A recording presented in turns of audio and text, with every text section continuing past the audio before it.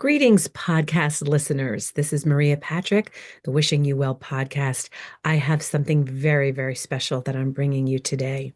As you know, my goal with the Wishing You Well podcast is to, with every episode, bring you inspiration and information. And today I'm doing that with my special guest. He is John MUNRO, a global Qi Gong master, a critically acclaimed and best-selling author of several wonderful books about Qigong. He is a Chinese medicine doctor, and he is the founder of Long White Cloud Qigong. You're going to love hearing his origin story and the many ways that Qigong has helped him in his own personal life and wellness journey, and how he's helped so many others over the many years that he has been practicing internationally, practicing Qigong. So thank you so much for joining me today, and please enjoy this wonderful interview today with my special guest, Qigong Master John MUNRO.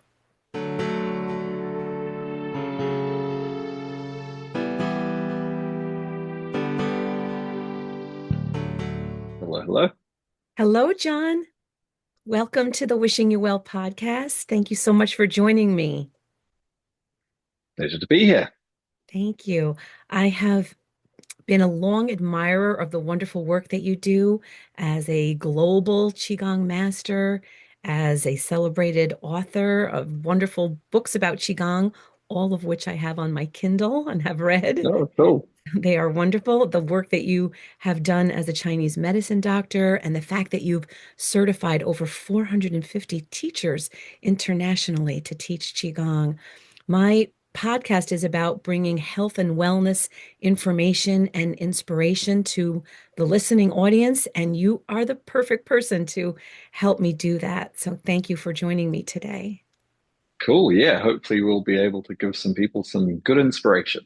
Oh, I can count on that with you for sure. Let's start by telling people, letting them know that you are in the, if I get this correct, the south central coast of Vietnam, and I am in Yes. upstate New York in North America. So you and I are 8,600 miles and an ocean apart from one another, and 11 hours time difference. And what it shows is something that I think you and I already have known for many years, which is that Qigong is the great unifier. Yeah. It's amazing the power of technology now. I mean, very quickly we become used to what's possible. But it wasn't that long ago that to be able to have a call and talk like this and see each other so clearly, at the very least, was challenging. And now it's just so accessible, and it means that we can connect so easily. And yes, Qigong is a great thing for us to connect over. Well, and I think for both of us that Qigong changed our business because pre-pandemic for me, all of my classes were taught in person. Mhm. I'm a Qigong instructor, not a master like you, but I do teach in my community, and now I have a strong following of people on Zoom, which, as you say, heretofore I wouldn't have been able to even conceive of such a thing. So maybe you can talk about how you have brought the reach of Qigong to many different countries around the world. I'd love to have you tell the listeners about that. Yeah, sure. Well, so even prior to the pandemic, I did teach online. And I can tell you a little bit of a story about that, how I got started doing that. And basically, I've been doing Qigong for a long time. And I've also been involved with different professional associations related to it as well. And so I had my own clinical practice, I was teaching my own classes, and I was also the secretary and registrar of the New Zealand Qigong and Traditional Chinese Medicine Association. And what would happen is both through my own website and also through the association, I would get these inquiries from different people, sometimes from people in different parts of New Zealand, which is where I was at that time, but also from around the world, from other countries, contacting me and say, "Hey, do you know any Qigong teachers near me? I'm looking for Qigong classes. I can't find any." And most of the time, I just had to say, "No, I don't know any. I'm sorry," But I try to help people if I could, but most of the time, I didn't know anyone. And so I thought, well, at the very least, I can create some videos and put them online so people can, at least they can do some practices for themselves. And so I did that. I put a few videos online. And then over time, I thought, I could take this a step further and I could actually train people to become instructors so that they can become the instructor in their area. If there's no classes there, they could start some classes and share it with other people. And so I started to really develop the teaching that I did online, and I created quite a comprehensive syllabus of courses with both the practices and the theory and philosophy behind them, and that just developed gradually over time. And so I had been doing that for a while before the pandemic. And then when the pandemic came, it was an interesting stage because I was actually in the process of relocating out of New Zealand. I won't get into all of what happened with that, but that was very disrupted by the pandemic. Uh, but I was also at a phase where I was actually in the process of shutting down all of my online teaching. Oh, Yeah, like not I maybe did. not what you'd I didn't know expect. that. How Yeah. you go from shutting down to becoming globally known. Right. Well, Something. again, I'd already taught people all around the world, and I'd traveled and taught workshops and run retreats and that sort of thing. But what I was doing was, it was time for me to upgrade the quality of my online courses because I'd started them quite some time ago, and technology changes over time, and it was time to, yeah, increase the quality of what I was offering. And so my plan had been that I would shut down all of the courses that I was currently running at that time, and I would take a break essentially from online teaching for a couple of years. And during that time, I would just focus on teaching in person, doing intensive trainings and retreats and things like that in different parts of the world. And then I would gradually rebuild my online teaching at a higher quality, a higher standard, more interactivity, and all those sorts of things to give people a better learning experience.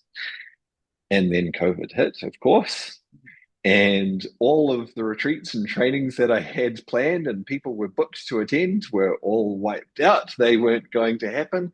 And so it was a very rapid, hard pivot to, oh geez, I guess I'd better start into this redeveloping the online training now rather than doing it over a period of time. And so yeah, it was definitely an interesting time. And yeah, and so I did lift the quality of how I was teaching and make it more interactive and so on to, hopefully better serve those who I was teaching. Well done. It was actually during that time that I discovered your videos, and I'll Yeah. tell you later which one of those is my favorite because I'd love to talk about that later.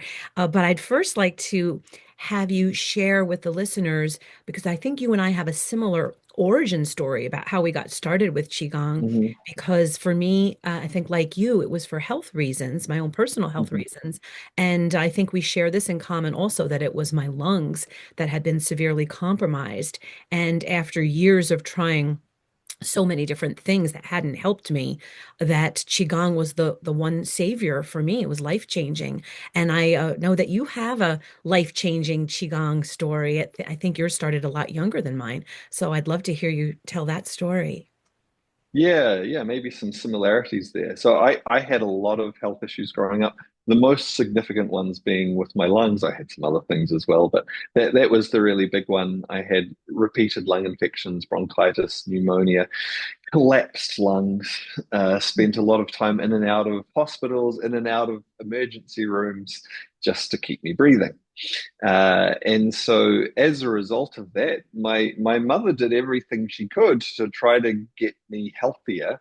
And Western medicine was only doing so much. It was keeping me alive, but it wasn't really getting me back to health, as it were. And so, as part of that, or at least one of the big motivations from that, motivated my mother to go and study to be a naturopath. Now, she did end up, she did have her own successful practice for many years after that as well. So it wasn't just for me, but that was a big part of her motivation because she wanted to look and understand other approaches to health and healing that could help me to recover from this serious health issue. And all those different therapies that she learned and she tried with me, they were all helpful to some degree. They certainly improved things quite a lot. But one of the things that happened while she was at a naturopath college, because they have their core subjects that they study, but they would also have a lot of different guest lecturers come in to teach them just a little bit about different healing and health modalities so that they would have some understanding of what was out there that they might be able to refer their clients to if they had different needs. And so they had someone come in who taught just a little bit of Qigong. And my mother thought that was pretty interesting, pretty cool. And so she came home and she showed it to the whole family, including the kids and including me. And I was probably about 10 years old at that time. And I also thought it was pretty cool, you know. And as a young child, like being able to feel my own energy, you could think of it like a little bit like being a Jedi or something, this mysterious energy, and you can feel it, and that was really, really cool. And so it was really only a very little bit that she learnt then and that she passed on to me, but I did find it really interesting. And so I continued to play with that as I grew up. Through my teenage years, I would, work with these very simple practices from time to time. And then as a young adult, I came into contact with the same person who had taught her at naturopath college. And I asked him if he was still teaching Qigong and if he would teach me. And he said, yes, he could teach me, but I'd have to study Chinese medicine as well. So it was quite a bit more than, just to turn up at a weekly class or something. It was a big commitment. But I was fascinated enough by it that I thought, great, I'll do it. And so I ended up studying Chinese medicine and Qigong together. And that was a great way to study because it meant I got a really solid foundation in how everything works behind the Qigong practices, right at the start of my practice. And I then, certainly it helped my own health at that stage, as I mentioned, I had already improved a lot with what was going on with my lungs, but there was still some residual things that, weren't quite working properly. And that was able to help me through those last things that I was still working on. And then I practiced myself in clinical practice for a number of years. And, eventually that led to me teaching more myself later on. I love hearing that story. The fact that your mother was so intricately involved in your health and improving it and getting you to full strength and restoration. The buzzword that we hear so often is that in order to stay motivated to do something, to study something, to do a deep dive, like you said, that we need to have a why. And I can Mm, think of no better why than a mom trying to help the health of her son. And for you, your why was regaining your own full vitality. I talk so often to my students about the very many vast benefits of Qigong. Could you tell us, uh, based on your own practice, your own studying, and then now being a teacher of so many teachers, as well as a mhm. clinician, there's so many benefits to Qigong. What helped you initially? Was it the movements? Was it the breathing? And perhaps you can expand upon the other benefits of Qigong, so many of them. Yeah, right. So a combination of things. I mean, certainly in terms of what was going on with my lungs, uh, which again I had already made a lot of progress with, but in order to fully overcome that, Qigong can give us quite a nuanced understanding of what's going on within us to, I think, to a greater level of detail than often we might achieve through other practices, through other approaches.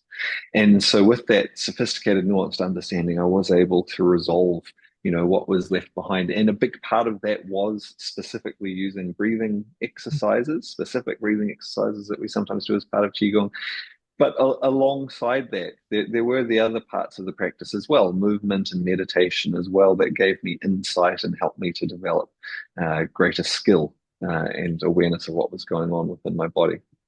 Now, more broadly, in terms of the many, many benefits of Qigong, I think a good way to understand this, I'll talk about it generally first and then into more specific detail. But a good way to understand this is in terms of what has Qigong been applied to historically. What did people used to find it useful for? And there are three main areas that Qigong was applied to historically. So one was health and well-being, and that's a good one. And there's a couple of sides to that. So one part being just regaining your health if you've been unwell and, just generally keeping yourself healthy. And then the other side of that was actually using that skill with energy as a form of treatment to help people in healing as well. Another of those historic applications was to the martial arts. Different martial arts quite famously used Qigong within them as part of, again, different sides to it, two different sides. One, just developing the strength, the resilience, the reaction times, all of that sort of thing so that you could get to a high level of performance. And then the other side of it was understanding how to disrupt someone else's energy. So the healing was like how to help the energy. Another one, well, if you know how to help you, there's a good chance you might know how to upset things as well. And then the third main historical application of Qigong was to different branches of spirituality and philosophy. Different schools, different religions quite commonly used Qigong practices within what they did because of the way Qigong develops this understanding of ourselves and then understanding of our connection with other people, with the world around us, and so on. And that was quite helpful in developing people towards whatever their spiritual or philosophical goals were. So if we look at those historical applications, we can think of those as, something from the past. But each of those broad areas, we might apply them differently today, but they are still very relevant today. Each of us probably wants to be healthy and well. Each of us, there's a good chance that some of us want to be more than just healthy. We maybe want to reach a high level of performance in some of the things that we do, whether that be physically or the way we use our mind or creatively, that we want to be not just well, but really excellent at things. And then also developing that sensitivity, that awareness, that sense of self. It can be so valuable for helping us to be at peace and content and find harmony as we find our way through life. So they're all still very relevant today, and that's kind of the scope of all the different areas that Qigong can benefit us within. Now, down to some of the more specifics. I could talk about some things in terms of my clinical practice when I was doing a lot of that. But basically, that goes across pretty much every kind of health issue you can imagine. That Qigong can be helpful in different ways to help people to recover and manage and overcome those. It may be something that is, well, an experience of mine that is more recent is, so last year, for the first time in a while, with the pandemic and all that sort of thing, I ended up getting stuck in New Zealand for 4 years. So before that, I used to travel quite frequently teaching workshops, different parts of the world and so on. But for 4 years, I was pretty much just in New Zealand. And eventually, finally, I got out into the world again and I taught some workshops, different places, attended a conference, and, I was out mixing with people again more. And as part of that, I came into contact with quite a few people who we had contact online over several years, but we'd never met in person before. And so this was our first time to meet in person. That was really nice. And naturally, as I talked to these people for the first time in person, we'd start to chat. They would tell me about some of their experiences, and particularly their experience with Qigong, because that's mainly how, where they knew me from. And as people shared their stories with me, again and again, they use the same words, the Life exact same changing. words. Life changing. Changing. So many times. And they'd say, you know what, John, Qigong has been life-changing for me. And then they'd tell me their story. And then someone else would be talking to me and say, you know what? Qigong has been life-changing for me. And then they would tell their story. And so as I was hearing all of these stories, I thought, well, this is really nice. This is nice to hear how positive an effect Qigong has had on these people's lives. But I also thought, you know, I'm probably not the person who needs to hear this most because I already know how Right. Qigong can be life changing. And so this inspired me as a result of this to actually reach out to my community and just ask, do you have a story of how Qigong has been life changing for you? If you do, send it in. We're going to put them together into a book.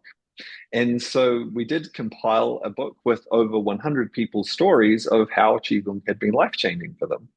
And that's available now. You can get it on Amazon.com, and we're donating all the proceeds from sales of that book to charity as Oh, well. So it's beautiful. really just about helping people to understand just how life changing, how beneficial Qigong can be. And it was interesting reading through those stories as we had to sort of edit and compile, and put them all together.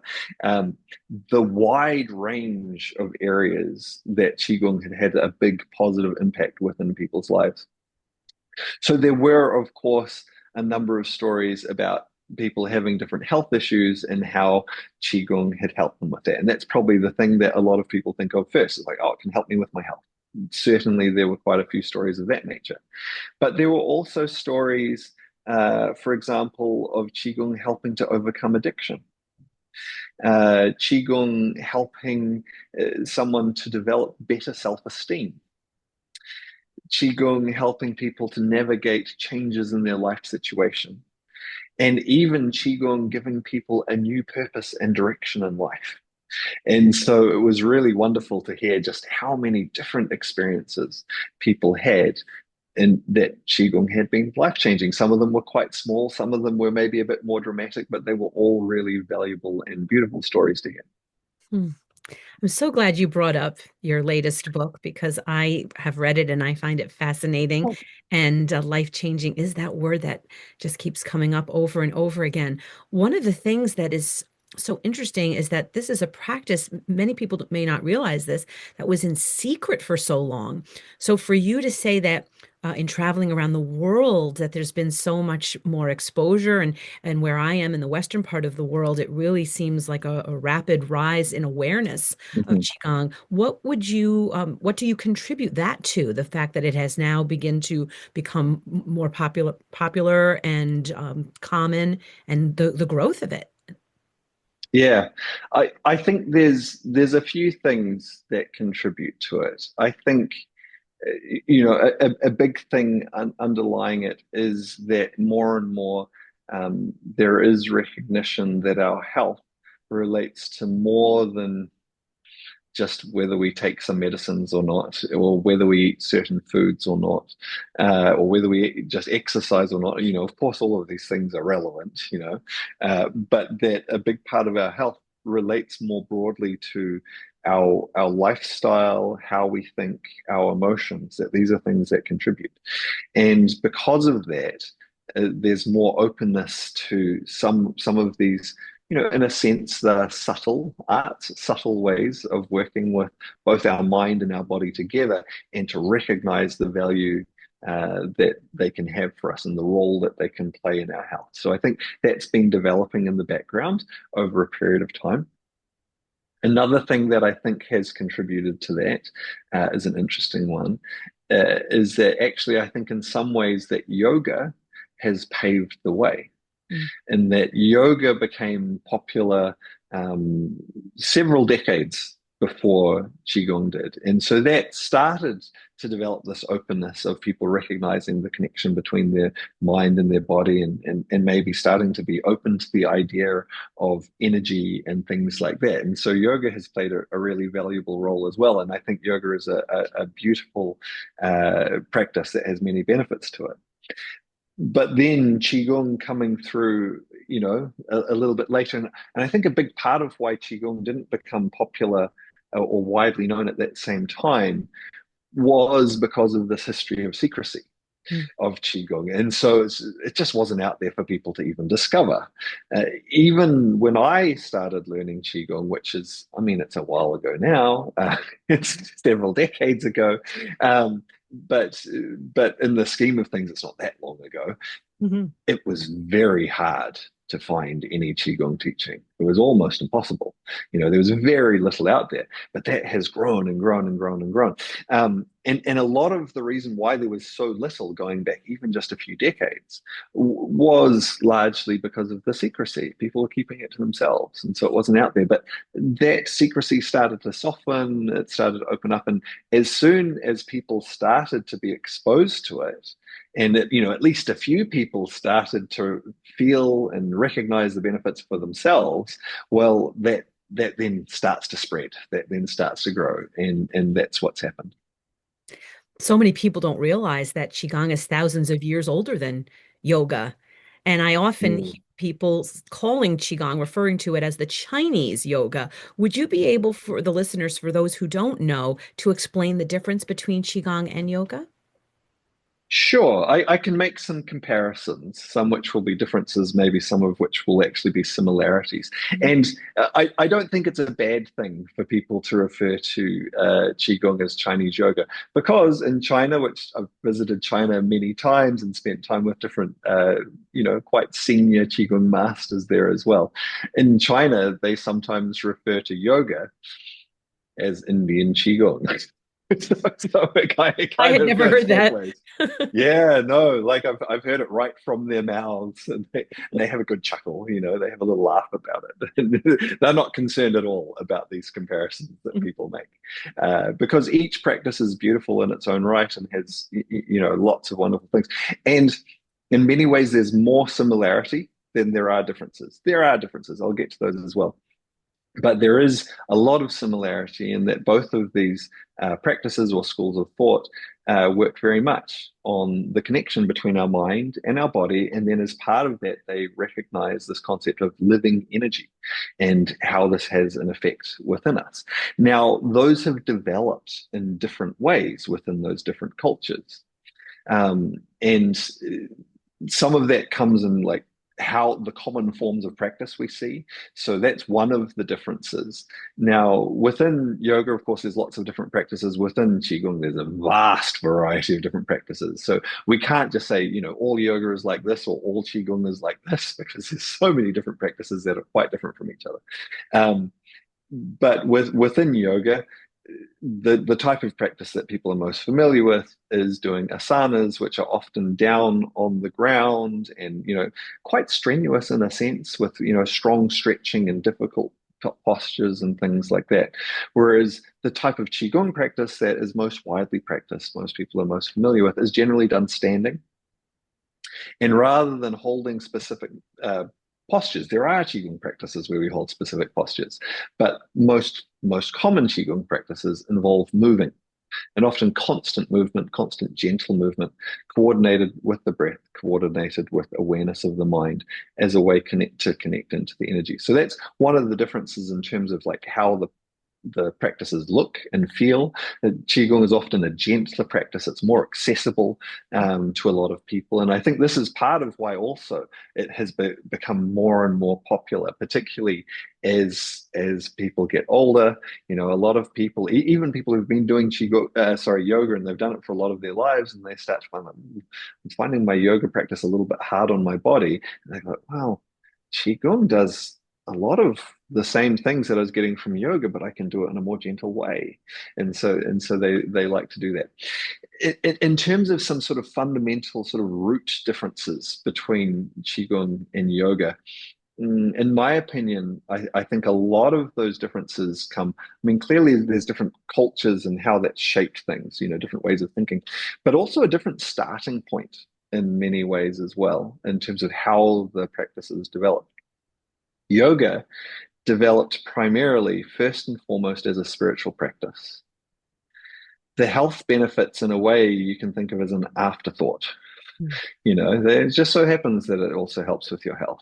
Nowadays, of course, a lot of people do yoga primarily for their health, and that's fine. There's nothing wrong with that. But it came first and foremost from a point of view as a spiritual practice. And as such, a lot of the concepts behind it are quite esoteric in a way.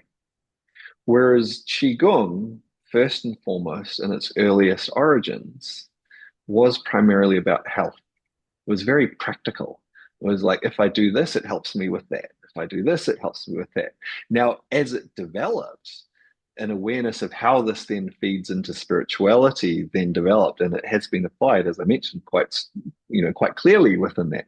But it had this quite different starting point, and so we do see within a lot of the qigong practices this very practical approach to, oh, I can do a certain exercise and it will help me with this specific problem, and I can do a different exercise and it will help me in this way. I love that explanation. And it leads me to telling you my favorite practice of yours because Ah, the health benefits and so closely linked to the organs, and that is the 12 rivers. I love that practice of yours. It has helped me tremendously. I've taught it to my own students. And what I love about it is that each of the 12 movements connects to each one of the 12 meridian lines corresponding with an organ and its connection to the Chinese clock. As I talk so often to my own students about the importance of living by that clock, the circadian rhythm. So I'd love to hear you talk about the 12 rivers as just one of the many practices that you teach, but specifically how this one goes through the entire body, organ by organ. mm. Well, perhaps, yeah, I can certainly talk about that. I wonder, I could possibly even demonstrate some Oh, things that would maybe be as I talk a about it as wonderful well. idea. That might Yes. be helpful, just to give people an understanding of how it works. Great. So basically, these practices, as you mentioned, they connect into the meridians. So these are the same meridians used in acupuncture that affect the energy flow through the body, and each one of those meridians is connected to one of our primary organs inside our body as well and affects its function. And that then connects to emotions and so on, because these affect our energy flow. And this is one of the wonderful things about this practice, is it gives us a practical experiential understanding of this. So it becomes more than just theoretical knowledge. We experience in a physical way for ourselves how the meridian pathways affect the organs, how that connects to our emotions, how that affects our posture. And so it all starts to make sense, and it becomes this wonderful tool for self-knowledge, as well as a way to address imbalances or issues that we might have. So I'll look at one of these exercises and talk about how it works. When we do each of these exercises, the 12 rivers exercise, when we do it well, there'll be three things, at least three things that we might experience. There's a fourth one that we might experience as well as we really tune into what's going on in it. We may feel a physical massaging of the organ that relates to that exercise, which is an interesting thing because we don't often think about massaging our organs. But massaging our organs actually works in a very similar way to massaging other parts of our body. If you have tension in a muscle, or it's a bit weak or stiff, or the blood's not flowing very well, and you massage it, well, the blood starts flowing better and it relaxes and the nerves function better, and it gets healthier, right? And it's actually the same for our internal organs. These can have tensions and things going on within them, and if we massage them, oh, it can release that tension, the energy can flow better, it functions better. Now, of course, our external muscles, we can get to those with our hands and massage them directly. It's not so easy to get our hands inside our organs. Although even that's something that surgeons do sometimes in very serious situations. They can actually open the body up and massage the organ. Um, but not something we want to do, in a practical way most of the time. Uh, but we can massage the organs using movement. As we move our body in different ways, the movement of the body compresses and releases around the organs, and it's massaging them. Particularly when we combine this with the breath is then expanding and contracting on the inside along with that movement and creating an even stronger effect. So one of the things we'll feel is physical massaging of the organ. Another thing we'll feel is a stretching or compressing stimulation of the meridian that relates to that organ. And this is very interesting because it's like, wow, the same movement that massages the organ also stimulates the meridian. that gives you a good indication that there is a clear relationship between them. A third thing that you will often be able to feel is some loosening and stimulation in the spine, in the area where the nerves go into that organ. And so a combination of all those things, direct massaging of the organ itself, the stimulation of the meridian that relates to that organ, the loosening and opening of the space in the spine where the nerves go to that organ, not surprisingly, that then activates the energy flow and balances the energy flow within that organ.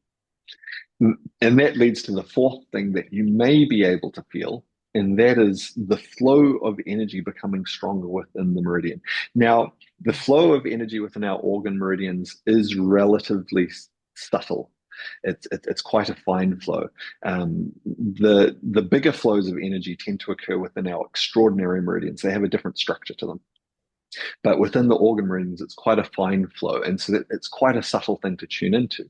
It's generally easier, at least to begin with, to feel the physical stretching and compressing, but later on, you may also feel that energy flowing as well. So the exercise I'll demonstrate this is one relating to the heart. This is going to be an easy one for me to do close to the camera and people to see the Great. details. Wonderful. And so this exercise is called Wild Goose Beats Its Wing.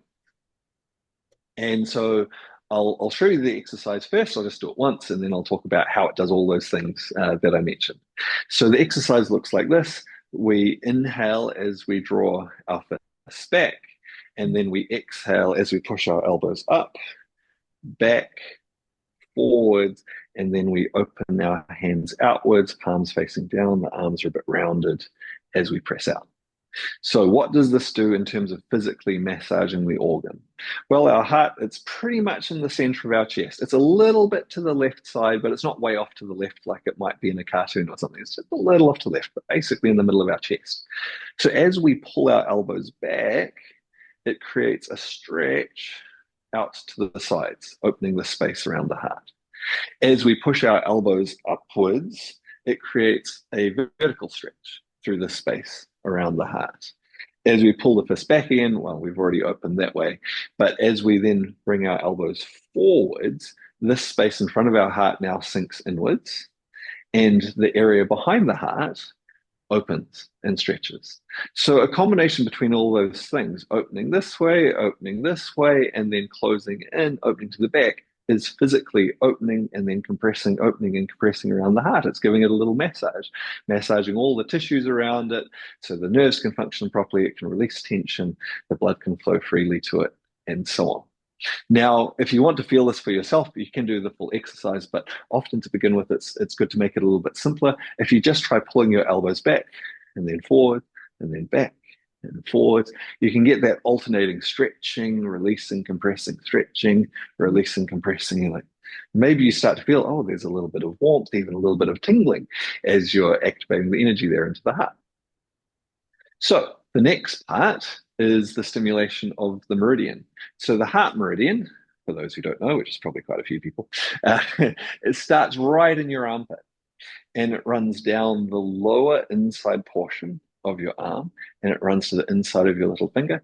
And of course, all of the organ meridians are bilateral, so it does that on both sides.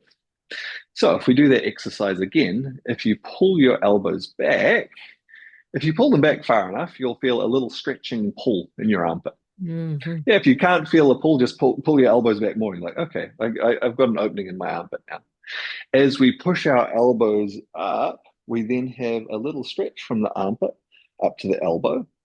If we pull the elbows back, then we bring them forwards. We're still largely stimulating the same part from the armpit to the elbow. But then this last part with our elbows forwards, if we open our hands forwards, we then get a little stretch from the elbow all the way. And it's quite specific when you tune into it. You can feel it all the way to the inside of your little finger. That's your heart meridian. And so doing the exercise, it's stimulating the heart. It's stimulating the heart meridian. You can probably feel the stretching in your spine, but behind the heart where the nerves flow to the heart, it's like, we're getting that energy flowing. We're massaging our heart. Now, this then ties into some other things in terms of the function of our heart and also our emotions. Mm.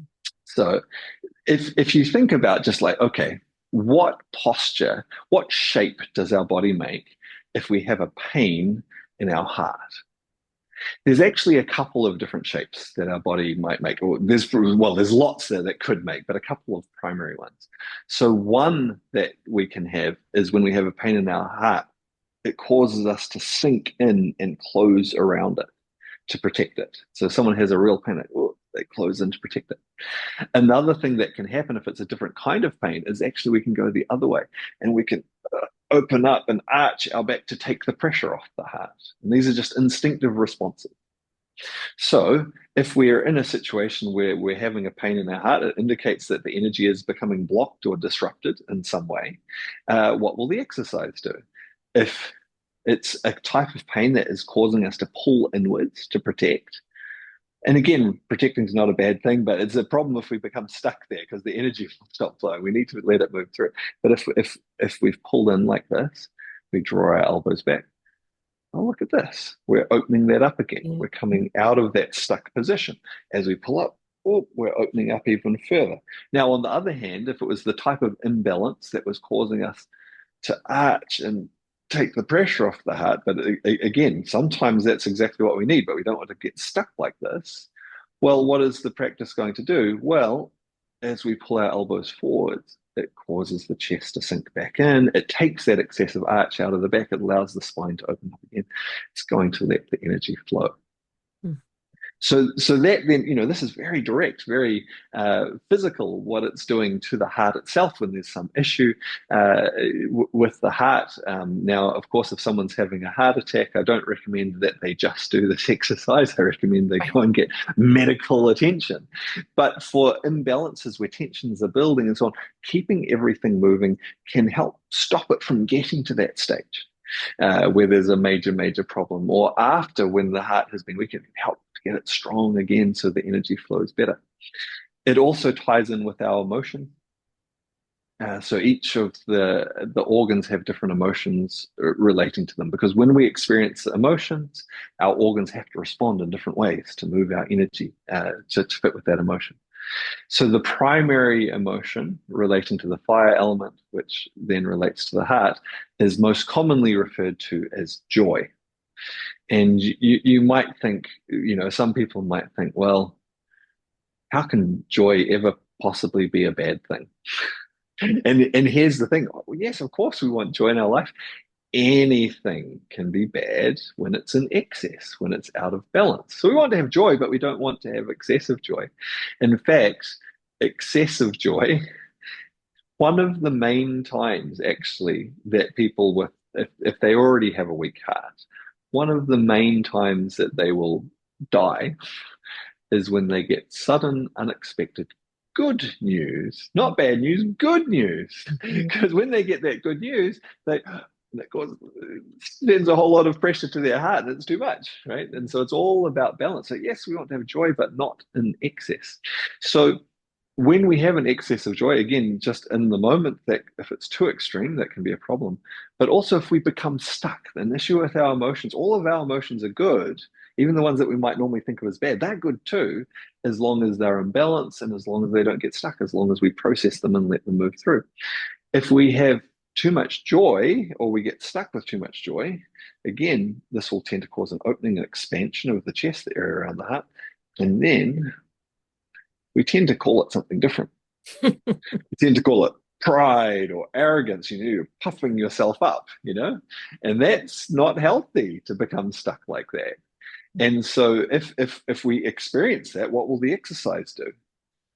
Well, it helps us to get out of this unbalanced posture and come back into balance. The flip side of that emotion is when we don't have enough joy, right? And so that we would often refer to as being disheartened, right? Even within the English language, we recognize the connection between the emotions and how they affect our organs. When someone's disheartened, what happens to the posture? It's quite specific. The chest sits in. Collapses. Yeah, can't support that. Again, if you're disheartened, it's not bad to be disheartened once in a while, again, but it's a problem if we become stuck there If we start to get stuck there, what will the exercise do?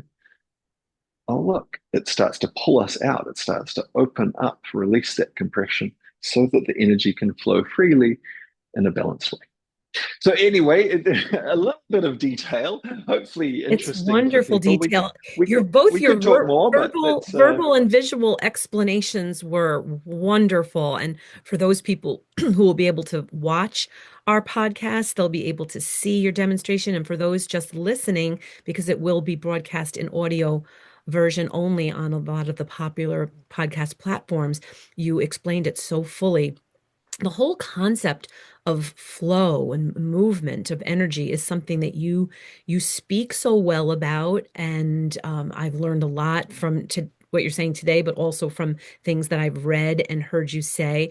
And you're also so great about the visual of flow, because for people who haven't taken a look at your Instagram, Long White Cloud Qigong, you when you are doing postures and movements by a waterfall, for instance, it really explains in such a visual way, demonstrates in such a visual way the concept of flow that you've written about so well in a book that you wrote about flow. I often say to my students, and forgive my pronunciation, tang za butang, butang za tang, where there is flow, there is no pain. Where there is pain, there is no flow. Again, it's something that you write so well about in your one of your books. So I'd love to hear you share with the listening audience and the watching audience about this concept of keep it moving, keep your energy flowing so that we don't have the pains as you described in just one area of the body surrounding the heart, mm, but that stagnant energy could cause pain in so many different parts of the body. yeah. Oh, Yeah, the nature of living energy is that it moves, and there's a whole range of different ways we could talk about this. The lessons that we learn in Qigong are lessons that we learn from nature. And then the Qigong gives us ways to understand and apply that practically. So, well, I'll start by just picking one example from nature, and maybe we'll use another one as well. But one example is actually relates to what we were just talking about with the movement of the meridians and so on, is the way that water flows through rivers. When the water flows freely, the water cleans itself. The river cleans itself. The water stays oxygenated, and there's plenty of life within the water, within the river. Plants grow, fish swim, everything's healthy. If something blocks that and the water stops flowing and it just sits, it quickly becomes stagnant. The oxygen comes out of the water and it starts to smell bad and everything dies within the water. Um, and that's very much the same within our bodies at a variety of different levels. Again, one being the organ meridians, which flow very much like rivers. But this is also a broader principle of how the energy flows through our whole system. At any place where the energy just stops and it gets stuck, it builds up, and this leads to pain, to discomfort, to disease. We can talk about some simple, specific examples of this. We'll keep it quite simple. Um, for example, in the process of life, all of our cells are burning fuel and producing energy, and this is necessary to life. As part of that, they produce waste products. Which need to be cleared out and moved and processed and released from our body. If everything is moving, that process occurs quite naturally by itself. Fresh nutrients get to the cells use them, the waste products get carried away, they get processed and eliminated. No problem, we stay healthy, we feel good. If something interferes with that and the flow gets even partially blocked, let alone completely blocked, and instead of having those waste products come out and flow so that they can be processed and released, and they start to accumulate within the cells of our body, this leads to pain. So one of the simplest examples of this is just lactic acid. Just as our muscles are active, and if we're working hard and we produce lactic acid, if it all washes out, no problem, we feel great. If it builds up, We get stiff, we get cramps, we get pain, we get discomfort. So that's at one simple level, but it carries on to, every other level and functions within the body as well. If it gets blocked up, we have problems, we have pain, we have disease. We can also look at that much more broadly, not just within our body, but within our lives more generally. The activities going on in our life, if we get stuck, if we stop learning, if we stop progressing, if we stop experiencing new things, trying different things, then also we start to find discomfort. It's not natural for us. It's natural for us. Change is actually natural. I know too much change too quickly can be quite uncomfortable as well. But if we have no change, then we, in a sense, we stop living.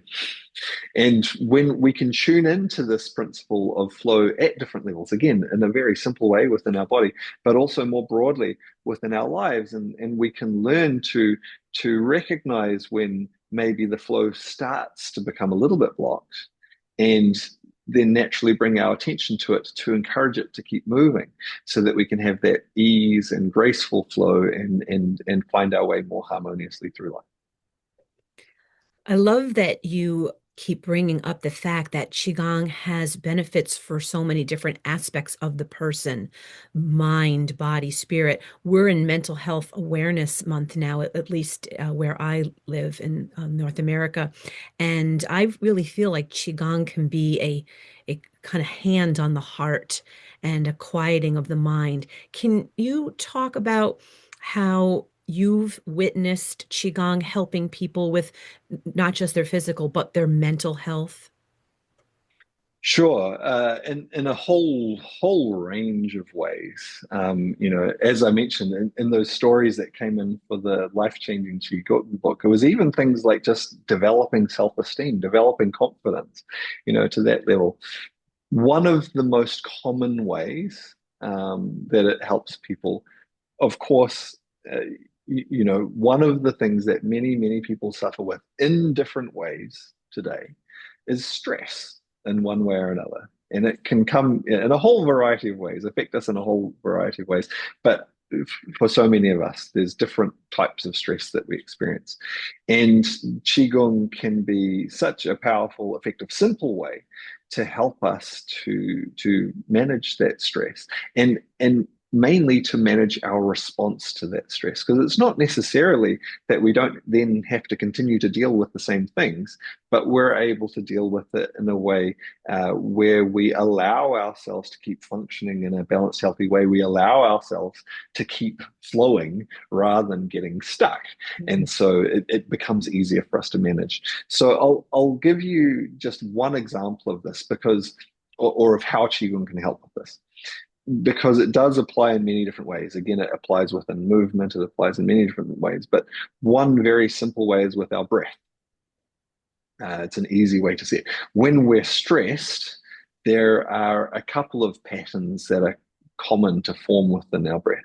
So one is if we're stressed, we may find that we start to breathe faster. Mm-hmm. Right? Breathing becomes shallow, faster.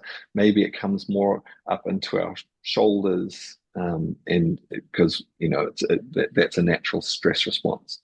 Another is that if we're very stressed, we may find that we start to hold our breath, not realizing it, but actually just stopping breathing and holding our breath from time to time. When we develop habits of this and get stuck in those habits over time, that then can become quite detrimental to our health because it is stopping in a physical way, it's stopping our energy from flowing within our body, even to the level of the muscles. If we start to develop tension in our shoulders, well, that means the muscles aren't moving properly, the blood stops flowing as well, and we get pain as a result of that, right? Um, Simply bringing awareness to our breath and bringing awareness to breathing more fully and deeply and developing some skill with that can quite quickly, quite relatively easily get us out of a pattern of breathing short and fast and shallow, or even holding our breath. And the more we consciously practice breathing deep and full, the, the more that starts to become our default habit, and it starts to replace the habit of maybe shallow breathing or holding our breath. And before we know it, we just have a habit of keeping flowing, keeping breathing, allowing our blood to keep flowing, allowing our nerves to function without too much pressure on them, and so on. So one simple way that then goes on to affect our mental health, because when our body response changes, then the way we perceive what's going on around us also changes. When we're breathing as if we're relaxed, we tend to feel more relaxed.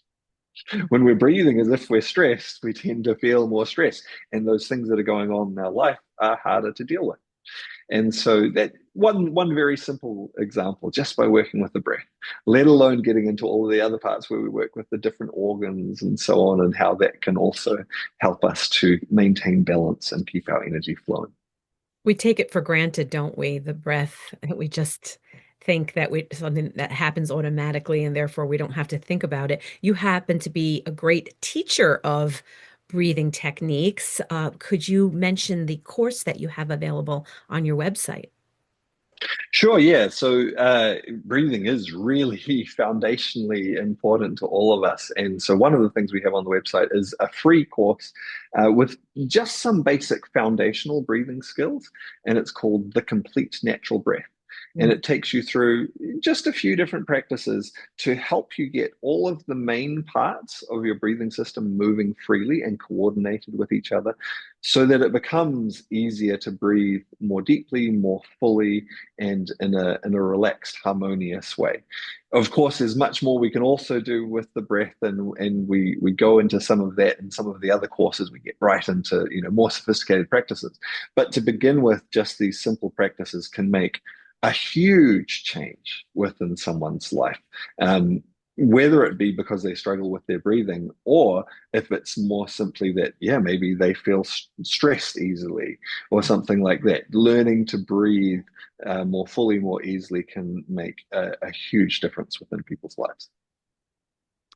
It's a great resource that you have made available to people, as you said, for free on your website. Another thing that I know is on your website is your online teacher certification course. Mhm.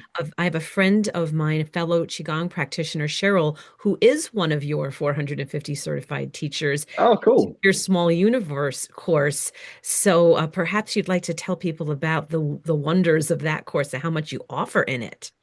Yeah, cool. So we actually now have four different certification courses Wonderful. that we run, because again, Qigong is so diverse. There's so many different practices that apply in so many different ways. Now, there's a lot of crossover in terms of the fundamental principles behind these practices, but then the practices take on different shapes, different flavors, and can be applied in different ways. So one of the one that you've mentioned is the Small Universe Qigong program.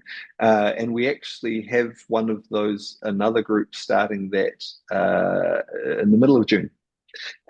We have a group starting that. 15th. Yeah, I will include notes in the show notes, Cool. links to all of your wonderful. Cool. Yeah. Your Yeah, live great. stream that you just did, bringing in the transition of the seasons from going from the spring wood to summer, Mm, right? I talk to my students so much about the importance of the transition between seasons. And we probably don't have time to talk about all five elements, but if you no. could give us even just what you just taught with your live stream, or maybe you have an upcoming live stream that you want to mention, but that transition for those of us in the Northern Hemisphere going from spring to summer, wood into Mhm. fire, I think that would be beneficial for us to hear you talk about that. Yeah, okay. I'll give a very brief overview of the five elements generally, and then specifically the idea of transition. So, the five elements are referring to phases of movement. Actually, the term element isn't the best translation of the Chinese term of the five elements. So it's Wu Xing, and that so Wu is five, Xing is better translated as movement or phase. But we use the word element because the archetypes of the element help us to understand more in more rich detail the qualities of the energy as it moves through these phases. So they are really useful symbolism that we can use. But it's about the transitions as energy moves through its natural pattern of waves. And one of the ways that this applies is in the seasons. There's winter is the most yin, and it builds to summer, which is the most yang. But there are transitions, there are phases that we go through along the way, and we call these, winter, spring, summer, autumn, and then there's a fifth one relating to the earth element, which is, well, it's often late summer, or it's the transition points between the different seasons. So in the northern hemisphere at the moment, we're coming to the end of spring or just the very beginning of summer. We're just like right on that point. And so spring is the rising energy, the get up and go, the make your plans, the start to put them into action energy. Summer is the fiery energy, and this is expansive. This is expressing. This is releasing. And so they have quite different qualities to them. This affects our organs in different ways. It affects our energy in different ways. It affects how we'll think about and feel about what we're doing in life as well. And so, it applies broadly to every aspect of our life. And one of the wonderful things is within our Qigong practices, it gives us ways to work with these qualities of our energy in a very practical way, as it affects our body. But as we work with that energy in our body, it then flows out to how we experience other aspects of our life as well. And so by doing our Qigong practice, we can help harmonize ourselves with how we're moving through other parts of our life as well. Hmm. It's lovely when you think of it that way, and how much this practice that you and I are so passionate about can help people in these various ways. What is a day like, a typical day for a master of Qigong, a Qigong master?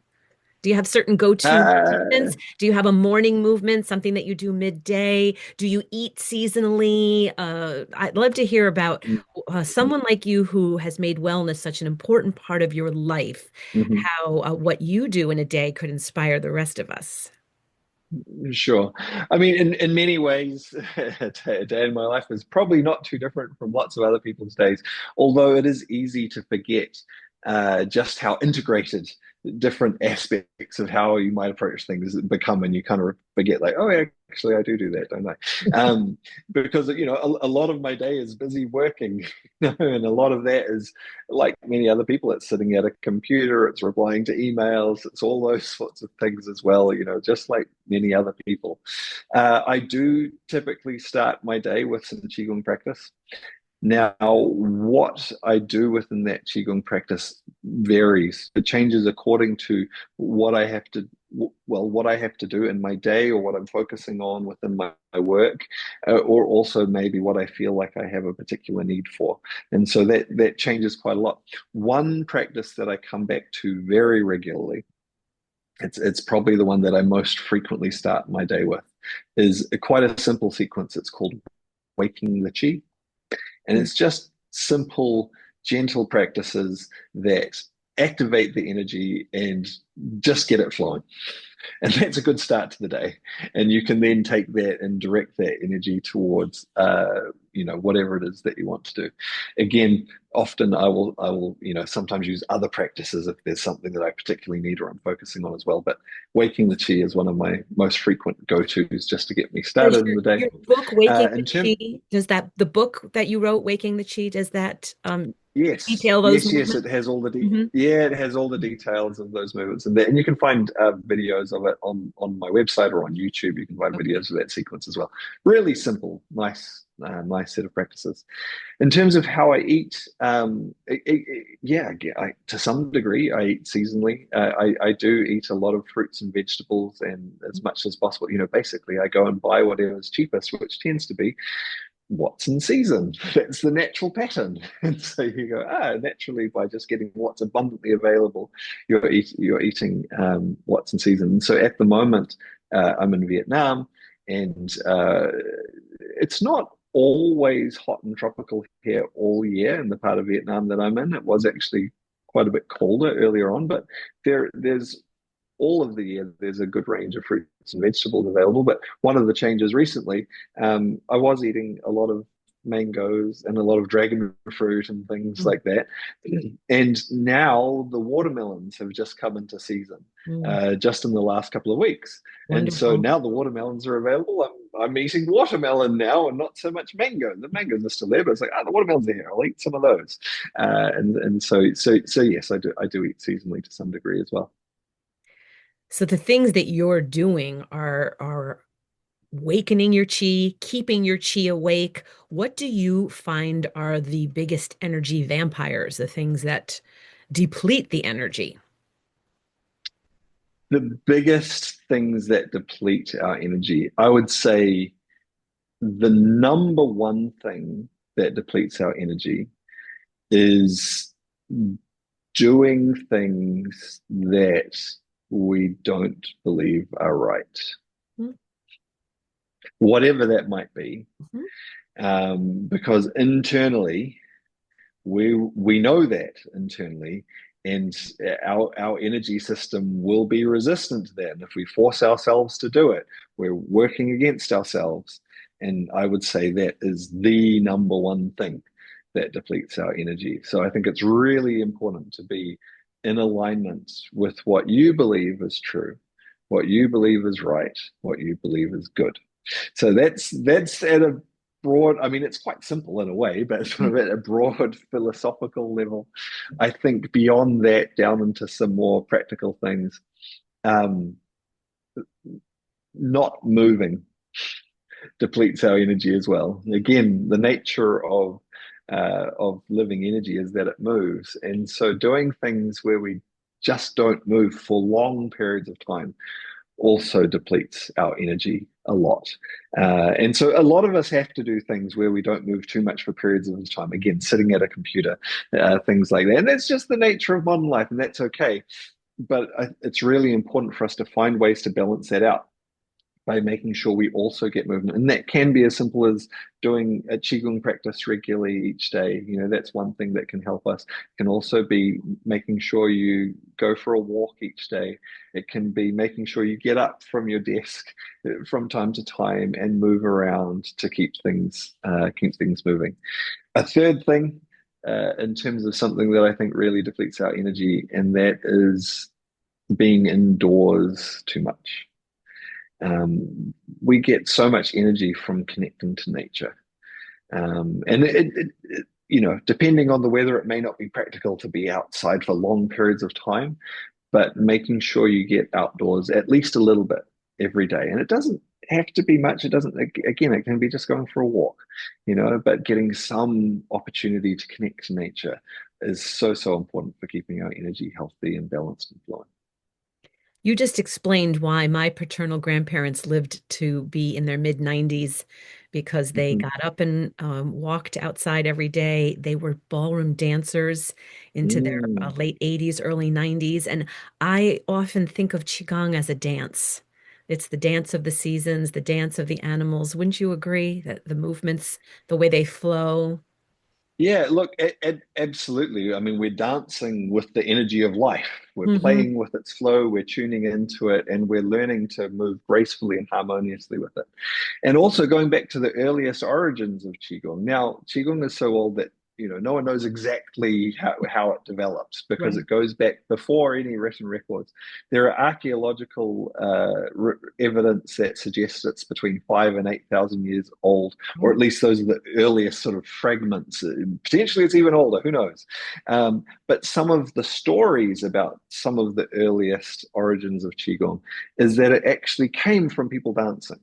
It came from those very early people who would go and work hard all day, and they'd get cold and wet and tired, and they'd come home. And they discovered that if when they were cold and wet and tired, they came home and they were tired, and so they just rested, they had a tendency to get sick, to get Hmm. aches and pains and all sorts of problems. Whereas instead of that, if when they came home, they were tired and cold and, all those sorts of things, if instead they danced, they didn't get sick as often. And as they observed this, they recognized this pattern, they then started to observe more closely. and they recognize, well, if I dance in this way, it helps with this problem. If I dance in this way, it helps with that problem. And little by little, their understanding of how the energy flows and how this connects to our movement developed, and it became very sophisticated over time. But yeah, those are some of the earliest stories of the origins of Qigong, that it came directly from dancing. And so it's natural that we can think of our Qigong today as a kind of dance as well. It explains so much, doesn't it? I believe that Qigong is something that each and every one of us should have in our toolbox, our energy toolbox, our health and wellness toolbox. I tell my students often that the power is in the practice and the magic is in the movements. Hmm. I really That's a believe, nice saying. I really believe that. Do you have any parting words for the audience about Qigong and the things that you have coming up that can Yeah, I help them to sure. bring Qigong into their lives if it's not already part of their lives, All or right. bring it in a greater depth? Sure. A couple of things that they might find interesting. I think there's so much value in Qigong practice, like you mentioned, having it as part of our toolkit. For some people, having just a few practices that they do regularly, that's going to be enough for them. Mhm. Great. For other people, doing a few practices to begin with may open that door of curiosity and they might want to explore all sorts of things, and that's great as well. And so we've already mentioned the free Complete Natural Breath course we have. That's a great resource for teaching some people some basic skills, particularly relating to their breath. We have another free course which is called Introduction to Qigong Theory and Practice. Now, it sounds a bit dry, but within that course, we do teach some basic, simple practices, which is a great place for people to start. And as well as that, the principles and theory behind it, so they can really understand what they're doing.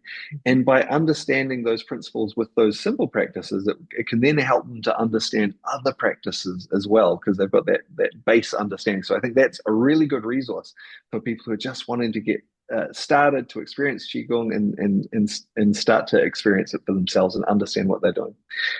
For people who want to go really deep into it, Mhm. again, we have these really in-depth instructor certification courses, Right. maybe, and a lot of people do it. A lot of people do it because they want to teach, of course. A lot of people do it just because they want to learn at a deep level for themselves and really understand what they're doing and all of the principles behind it.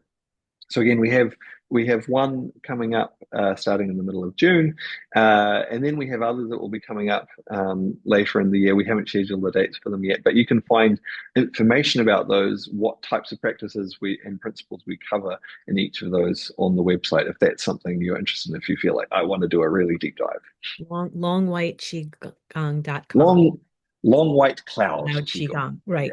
yeah, So that's I can't let you say goodbye yet without you telling people about Qigong makes you strong. So strong that you have a YouTube it. page, Jump on Oh John. goodness. Oh It's goodness. quite something. Oh I goodness. myself am trained in the iron shirt Qigong. Yeah. I have taught it to my students and told them the benefits of creating a strong mind and a strong body, Yeah. and how that's one of the secret ingredients to longevity, health, and wellness. But I've never laid on the ground and allowed someone to jump on me. So please do Yeah. tell the audience about, you have so many wonderful offerings out there. I mentioned your Qigong, your sorry, your um, social media, how Yeah. Instagram, and we know about your website, but I had not mentioned about the Jump on John YouTube. Yeah, yeah. Look, I mean, I haven't done anything on the Jump on John channel in quite some time. That was something I did. It was really across a couple of years, just as something that was a bit of fun when I was traveling around, when I was going to different places and teaching workshops in different parts of the world. I would make these videos of, I would often it would be in front of like a landmark somewhere. So it was kind of like a memory of that place. And I would lie on the ground and I'd find normally a stranger, and often it would take a little bit of convincing to get that stranger to participate, and I'll get them to climb up on something, and then jump and land on my stomach, or hopefully on my stomach. Sometimes I'd land on other places like my chest or my arm, you know. But yeah, and yeah, it's a bit of fun. In a way, it's a silly little thing, but it does give an example of this sort of deep resilience that we can develop through Qigong practice. It's not something I'd recommend people just go out and start doing themselves unless they've done quite a bit of practice and training to prepare themselves for that. But yeah, it's a funny, It's funny fun little and example of that, it's and it visual and it ties evidence of how and strong it ties you are. yeah, and it ties very much in with those. We talked about the historical applications of Qigong, earlier in this Martial arts. conversation. Yeah, it ties very much in with the martial arts things. Now, generally, that's not so much people jumping on you; it's more people punching you or kicking you, and having the resilience against that. But having someone jump on you, it's just a silly, visually interesting thing. It definitely gives the visual of vitality and strength, which is Mhm. what this practice, in my personal opinion, is all about. That the vital energy, that life force energy that will keep us. It's what I talk to my audience about all the time. We want to live longer and stronger and healthier and happier and better. And Qigong is a wonderful way to do it and Absolutely. accomplish our goals. Thank you for giving us so much time. It is getting late in your part of the world, and look how energetic you still are at this time. Another bit of evidence of how well this practice has served you and the community. And as I said to the audience from the very beginning, you have a global reach, and Qigong now has a global reach. And I, for one, am very grateful for your major contributions in this area of wellness. And I thank you Well, for joining me on my podcast. thank you, Maria. It has been a pleasure being here, and I'm always enthusiastic to share Qigong with people wherever they may be in the world because I know how positive an impact it can have on. Well, I hope our paths cross again someday soon. And until then, I will be doing as I suggest my listening audience do. I'll be watching your videos and reading your books and enjoying your videos that you have on your Instagram page and your YouTube page. So thank you so very much, John. Great, thank you. Take great care. Bye bye.